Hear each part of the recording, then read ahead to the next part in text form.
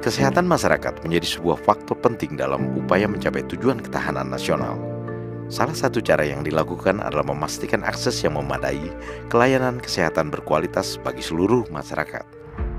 Sebagai langkah konkret, pemerintah saat ini sedang membangun Rumah Sakit Jenderal Sudirman di kawasan Bintaro, Jakarta Selatan.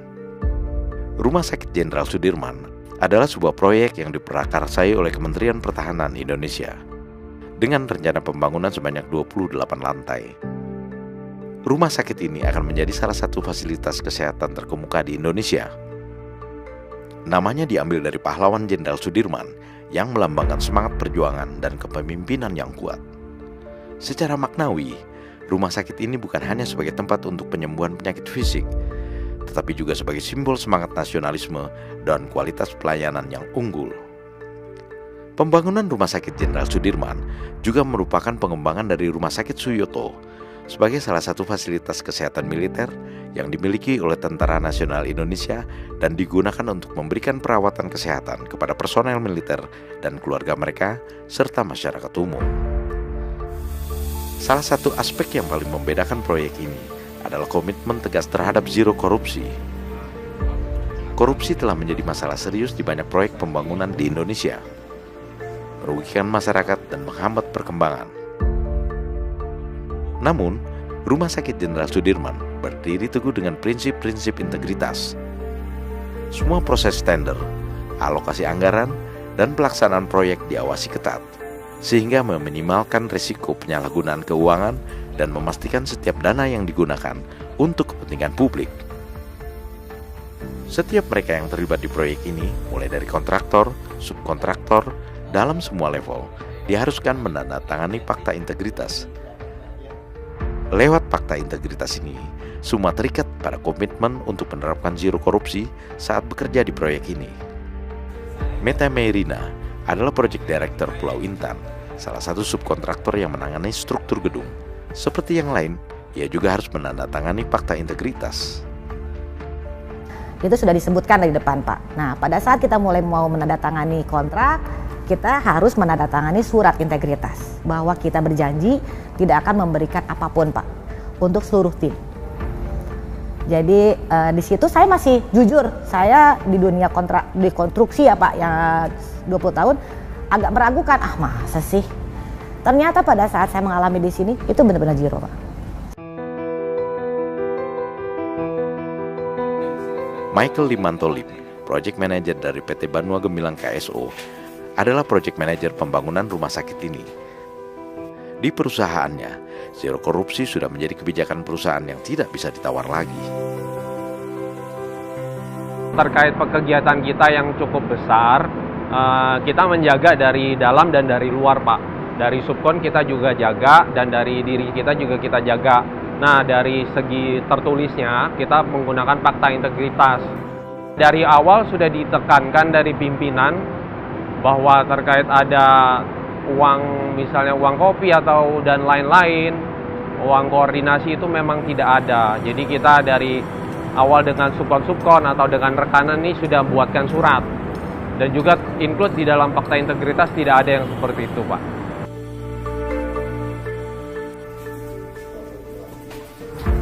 Dalam proyek ini, integritas adalah pondasi utama. Kerjasama tim adalah kunci, dan efisiensi waktu adalah hal yang sangat berharga. Jadi menurut saya untuk pekerjaan Project Menhan ini itu yang sangat-sangat berkesan untuk saya pribadi itu adalah satu, saya melihat integritas dari semua tim. Yang kedua itu adalah kerjasama tim, misalnya kita kompak ya menuju satu visi yang misi yang sama. Integritasnya itu adalah di sini saya belajar. Ya, terutama dengan tim Menhan ya Pak. Saya belajar di mana satu keputusan pada saat pimpinan mengatakan A itu harus A, dan kita harus melaksanakan sesuai perintah pimpinan bagaimanapun caranya. Jadi ada istilah, jangan berikan kami alasan untuk tidak bisa, tapi berikan kami solusi untuk bisa melakukannya. Gitu Pak. Saya sebagai kontraktor tidak akan bisa melakukan apapun tanpa adanya kerjasama dari seluruh bantuan dari owner, dari konsultan, semuanya itu benar-benar support. Itu yang luar biasa di sini. Yang penting waktu, kualitas. Dengan modal integritas, kerjasama tim yang kuat dan guyup, dan menghargai waktu, menghasilkan prestasi yang luar biasa yang sulit ditemui di proyek-proyek pembangunan lainnya pada umumnya. Satu kata sih dari saya, luar biasa. Luar biasa itu dari secara keseluruhan Pak. Dari mulai kita harus effort lebih dari secara teknis dan non teknis.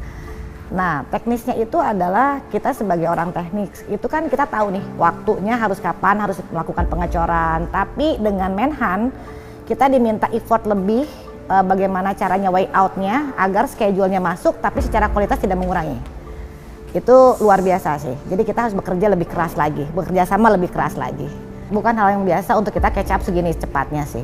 7 bulan dengan 28 lantai itu luar biasa cepat Pak. Satu lantai kurang lebih 5-4 hari Pak, kami naik lantai.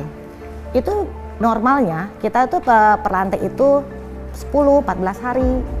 Nah kita bisa setengahnya Pak. Iya setengahnya lebih. Saya bangga sekali sih Pak bisa berpartisipasi ya Pak. Kalau kebanggaan saya yang saya rasa paling menonjol, dari struktur bangunan kita bisa menyelesaikan kurang dari setahun. Struktur bangunan. Artinya apa ya? Prestasi sih Pak. Dari proyek-proyek lain ya saya bandingkan kurang dari setahun atau lebih dari setahun dibandingkan proyek ini. Saya interpolasikan itu proyek ini yang paling cepat Pak, termasuk yang paling cepat. Kualitasnya tinggi. Sedangkan dari segi time schedule kita udah melebihi jauh.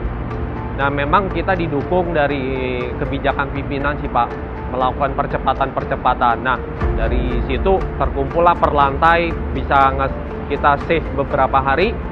Dari situ akhirnya total kita kurang dari setahun sudah menyelesaikan struktur 27 lantai, termasuk 28 helipad Pak.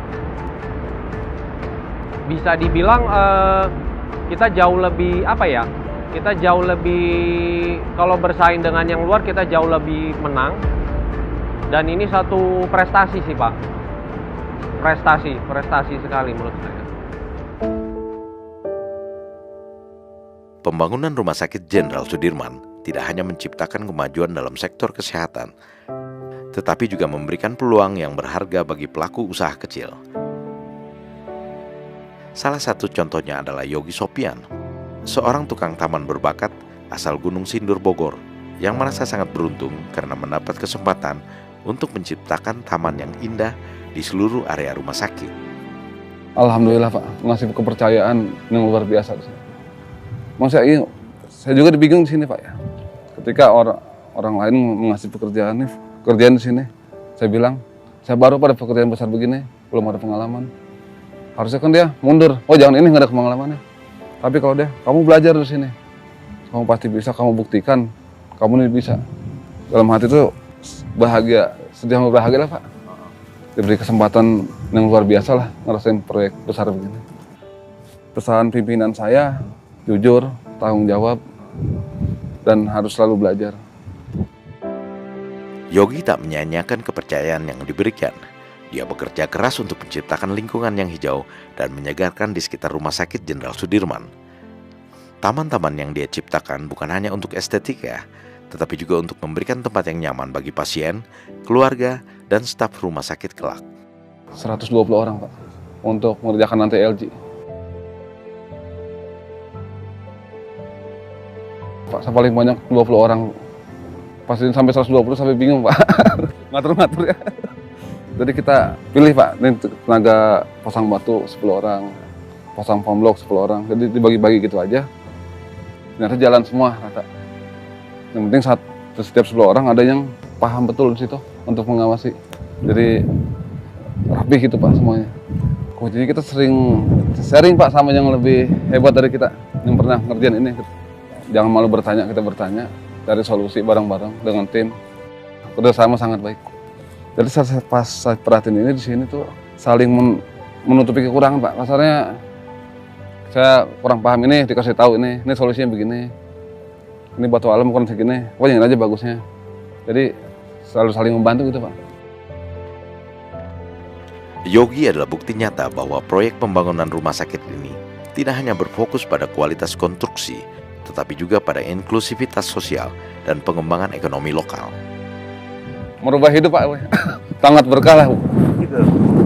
Alhamdulillah sangat mengangkat dari segi usaha saya, jadi ada nama juga Pak. Dan ekonomi juga alhamdulillah Pak membaik, usaha juga lebih berkembang lah gitu setelah dapat proyek di sini.